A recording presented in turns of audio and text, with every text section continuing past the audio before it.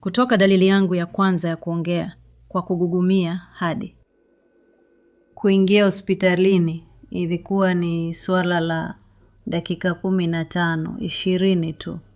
Lakini bila shaka kichwa kilikuwa kinauma siku nzima tangu saa 3 asubuhi. Sasa najua kwamba nilikuwa na damu iliyoganda kwenye ubongo. Na hiyo ndiyo ilikuwa sababu ya kiharusi changu. Uchunguzi wangu wa awali katika hospitali ya Auckland ulikuwa ni kupima nguvu za mkono wangu wa kushoto na wa kulia, nguvu za miguu yangu, jinsi gani naweza kusukuma na kuona na nadhani walifanya vipimo vya damu pia na kipimo cha mkojo na CT scan.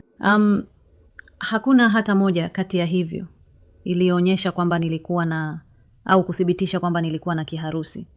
Lakini nilijua nilikuwa na kiharusi kwa sababu ulimi wangu upande wa kushoto ulikuwa umevimba ikilinganishwa na upande wa kulia. Na siku zote nilihusisha kitu kama hicho na hotuba iliyogugumia. Tangu nilipoingia dharura, nadhani nilikaa hapo siku kadhaa.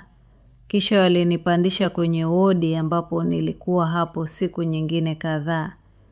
Na nadhani wakati huo nilihamishwa kwenye chumba changu mwenyewe na nilihisi kwamba hiyo ilikuwa kituo changu cha mwisho kusema hivyo. Mimi hawakufikiri ningeweza kupona. Lakini nadhani maombi yalinisaidia na marafiki na familia. Nilipoamka wodini, nilifikiri ningekuwa hapo kwa siku moja au kitu kama hicho au nusu siku nitakuwa nimeondoka. Na kisha si mpaka siku chache baadaye nikagundua kwamba nina tatizo kubwa. Si mpaka kama siku 4 baadaye au kitu kama hicho. Nilipoamka bado sijui kama ni mwezi gani na tarehe gani. Sijui hata tarehe gani, mwezi gani ni na vitu kama hivyo. Kiharusi kiliniathiri vibaya sana. Kiliathiri mkono wangu wa kushoto, miguu yangu ya kushoto, kutembea kwangu, kutumia mkono wangu wa kushoto, kama kuvaa na vitu kama hivyo, kuoga, kila kitu. Inafanya maisha yangu kuwa magumu sana. Siku iliyofuata, nilazimika kufikiria naam, imetokea. Hakuna kitu naweza kufanya kwa sababu tayari imetokea. Kile ninachopaswa kuzingatia ni kupata nafuu. Hicho ndicho nilichotaka kufanya. Hilo lilikuwa lengo langu la kwanza. Lilikuwa ni kupata nafuu, unajua. Si kwa ajili yangu tu, bali kwa ajili ya familia yangu pia. Kwa hiyo tulienda kwenye idara ya A na E. Kabla ya hapo, daktari wangu alifanya simu mapema kuonya kwamba nilikuwa nakuja. Kwa hiyo tulienda kwenye idara ya A na E na waliniuliza maswali ya kile kilichotokea, kisha wakanipeleka ndani. Na mwanzoni walinichunguza, walifanya tu uchunguzi wa kimwili, kama kuinua mikono yangu na miguu na kufanya macho kufuata mikono kushoto na kulia. Nadhani walifanya vitu vyote hivyo. Walinifanya nisimame kuona jinsi nilivyokuwa nikibalance. Na kisha pia walinichukua kwa ajili ya CT scan. Na nilikuwa hospitalini kwa siku 12. Ndani ya siku hizo 12 nilishuka kwenye tiba ya hotuba na pia nilienda kwenye idara ya mazoezi ya mwili. Lakini karibu sana kwenye wodi ya kiharusi mara moja. Kwa wale wenye kiharusi, kama unataka kupata nafuu, lazima uvumilie. Usijifanye mvivu, ingia kwenye kila kitu wanachokupa kwa sababu, angalia, ninaanza kusogeza upande wangu wote wa kushoto na nilianza kwenda mwenyewe chooni kuoga. Nahitaji tu saa 1 au 2 kwenye kuoga. Kabla nililazimika kukaa kwenye kuoga, nilikuwa napelekwa chooni kufanya kila kitu. Lakini hiyo ndiyo zawadi ya kuvumilia ni. unaanza kupata nafuu. Unajua, Siku 2 baadaye nilianza kutembea. Hakukuwa na sikuweza kuhisi chochote kwenye upande wangu wa kulia. Mguu wangu ulikuwa mzuri sana kwa sababu nilichotaka kufanya tu ni kutembea kuzunguka hospitali. Kupata mguu wangu wa kulia kufanya kazi, kwa sababu nilijua hii ingechukua muda kidogo na sauti yangu. Kwa hiyo hili lilikuwa jambo la kwanza, ilikuwa kwamba nililazimika kurudisha harakati zangu. Nilipotambua kwanza kwamba siwezi kufanya chochote. Mtaalamu wa mazoezi ya mwili hospitalini alilazimika kuja na kunisaidia kwanza nilipopata kiharusi changu. Alikuwa daima hapo kunisaidia kuzunguka, na kisha siku iliyofuata ningeweza kufanya bila yeye, unajua, peke yangu. Kwa hiyo nilikuwa nimeazimia sana Kupata nafuu. kile kilichoniathiri nilipopata kiharusi changu, vizuri, bado ninacho, lakini si vibaya sana. Ilikuwa kumeza kwangu, unajua. Nililazimika kuzingatia aina ya kioevu cha vinywaji chochote kila siku kwa karibu wiki 3 na hotuba yangu. Unajua, nililazimika kuendelea kwenda kwenye tiba na kwa sababu hawakuweza kuelewa kitu nilichosema.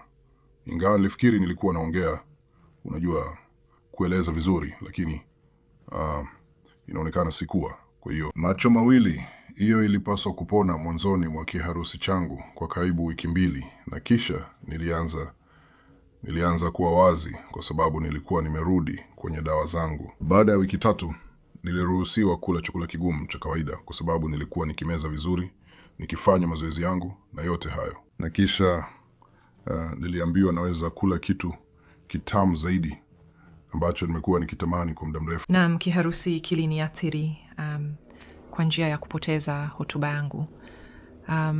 Nilikuwa pia na ganzi upande wangu wa kulia. Sikuweza kuandika. Mimi ni mkono wa kulia. Na sikuweza kutembea upande wangu wa kulia. Ningeweza kusogeza upande wangu wa kushoto, lakini upande wangu wa kulia. Kwa hiyo nilikuwa tu na hotuba iliyogugumia. Hotuba yangu ilikuwa imegugumia sana na sikuweza kuandika kabisa. Sikuweza kuchukua kalamu siku za kwanza chache. Na harakati zangu au kutembea kwangu, sikuweza kufanya hivyo kwa siku za kwanza chache pia nilipokuwa hospitalini.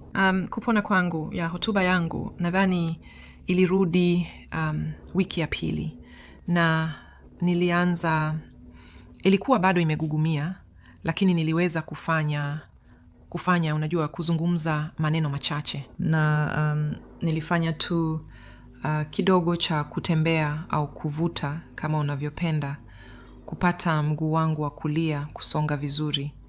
Na nilipokuwa hospitalini nilifanya tu kile nilichoweza kwa njia ya vizuri, kuuliza, kuandika kwangu. Ningechukua kalamu na tu kufanya mazoezi. Nilifanya hivyo kwa sababu nilikuwa nimeazimia kurudisha kazi zangu. Hotuba yangu nilizungumza tu na wageni wangu, na kama niligugumia au nini, nilijua tu niliendelea kusogeza mdomo wangu, niliendelea kusogeza sauti yangu, na kutembea. Mume wangu angenisaidia na tu kunitembeza kidogo, na kwa hiyo ilikuwa tu kidogo kidogo. Kwa hiyo ilikuwa wakati nilipokuwa hospitalini kwa siku 12. Nilikuwa pia na uso uliodondoka, lakini niligundua tu kwamba nilipoendelea kuzungumza ilionekana tu kuwa sawa. Ilikuwa kama mazoezi kidogo. Baada ya mwezi mmoja nilipotoka hospitalini, mwezi mmoja baada ya hapo, ndio nilikuwa karibu kurudi katika hali ya kawaida. Na kwa kupoteza ulemavu wangu, hotuba yangu, uandishi wangu na kutembea kwangu, nilichofanya ni kufanya kile nilichoweza kimwili kila siku. Kwa hivyo nilikuwa najaribu kila siku. Baada ya mwezi mmoja hadi miezi 3 nilikuwa na uwezo tena.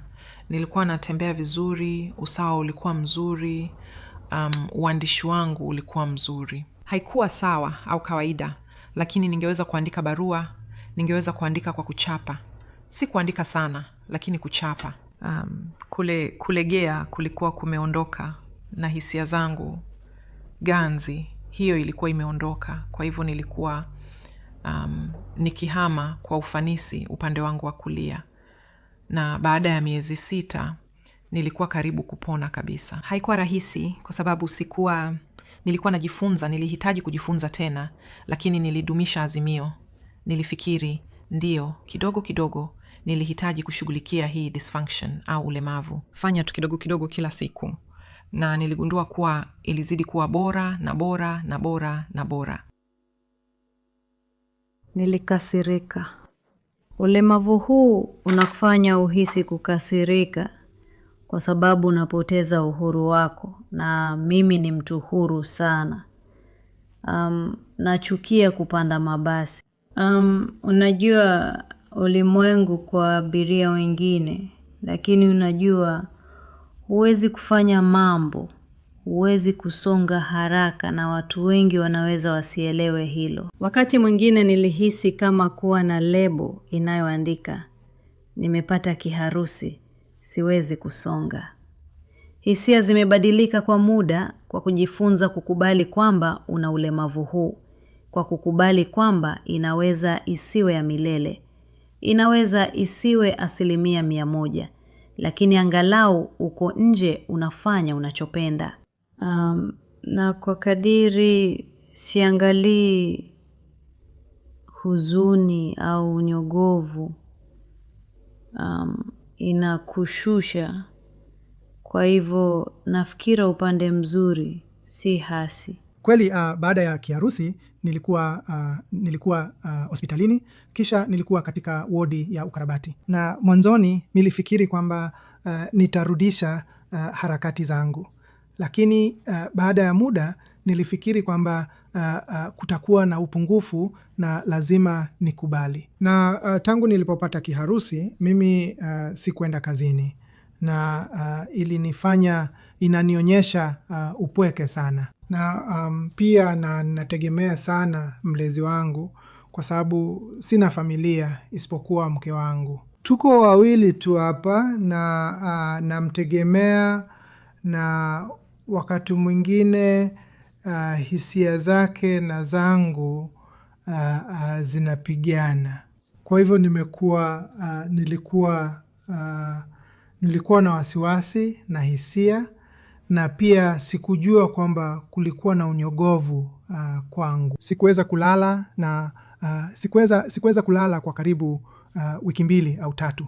Kwa hivyo nilikuwa nimechoka sana, lakini sikuweza kulala, na hata ingawa nilikuwa nimelala kitandani usiku mzima nilikuwa macho. Kwa hivyo lakini kwa kweli sikujua kwamba nilikuwa na unyogovu hadi siku moja, na nilifikiri kwamba ni sawa, ni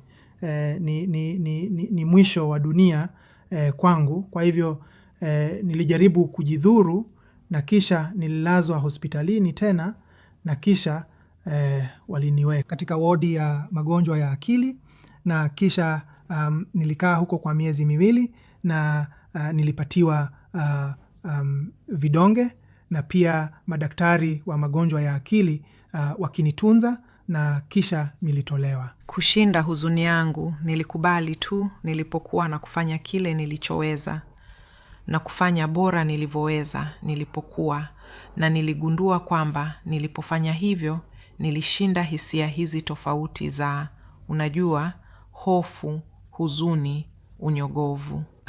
Na ni kweli tu kukubali ulipo na kufanya kile unachoweza na kufanya kidogo kidogo. Kuwa na watu wazuri karibu nawe, kujitia moyo, kuwa na mtazamo chanya, kuwa na azimio.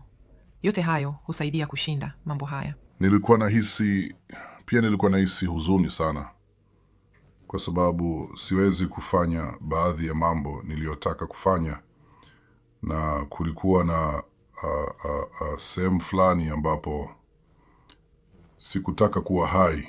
Najua ilikuwa inakufikia, na nilifikiri hapana, ikiwa unaamini katika wewe mwenyewe, unajua, kwa sababu sote tunaenda kanisani na watoto wangu wote, na nilisema hapana, hiyo ni udhaifu, unajua, uvunjika kama hivyo.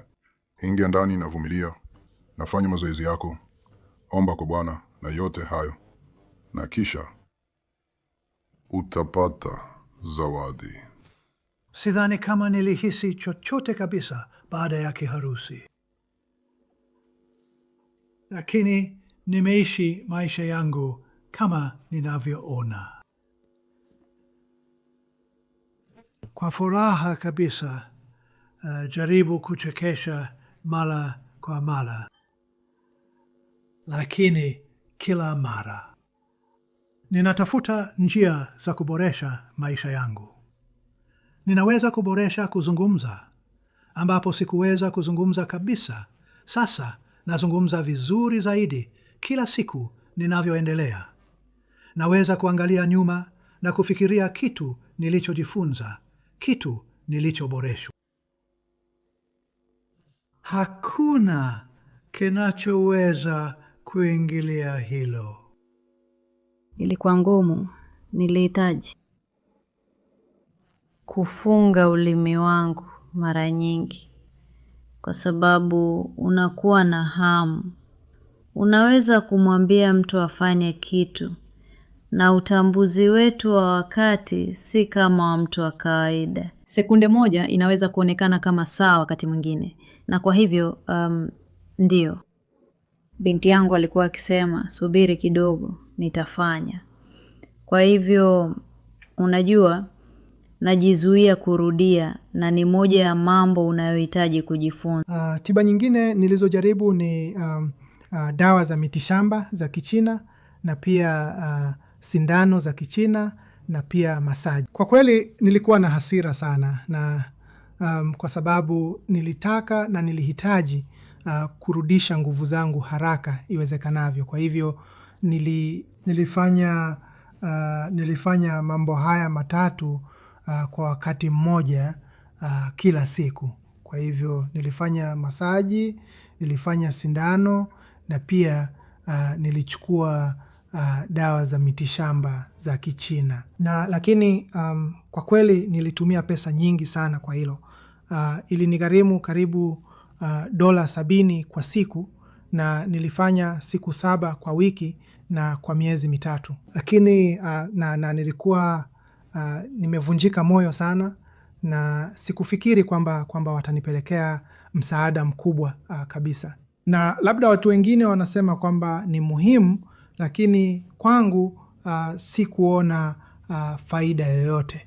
Na nina malengo yangu ya ukarabati. Sema mwanzoni ningeweza kutembea kwa karibu dakika 5, na nilikuwa nimechoka sana. Lakini mimi kila siku mimi hupanga kutembea mara 3 kwa siku, asubuhi, wakati wa chakula cha mchana, na pia jioni. Kwa hivyo mimi kweli naendelea kufanya hivyo, na pole naweza kutembea dakika 10 kwa wakati mmoja, badala ya kutembea dakika 5 tu kwa wakati mmoja. Naweza kutembea kwa kasi zaidi, na hatua yangu ni kubwa zaidi. Kwa hivyo kwa sababu niliambiwa kwamba kutembea ni mazoezi bora, na pia nina exercise, na kisha mimi hufanya exercise kila siku ili kuimarisha magoti yangu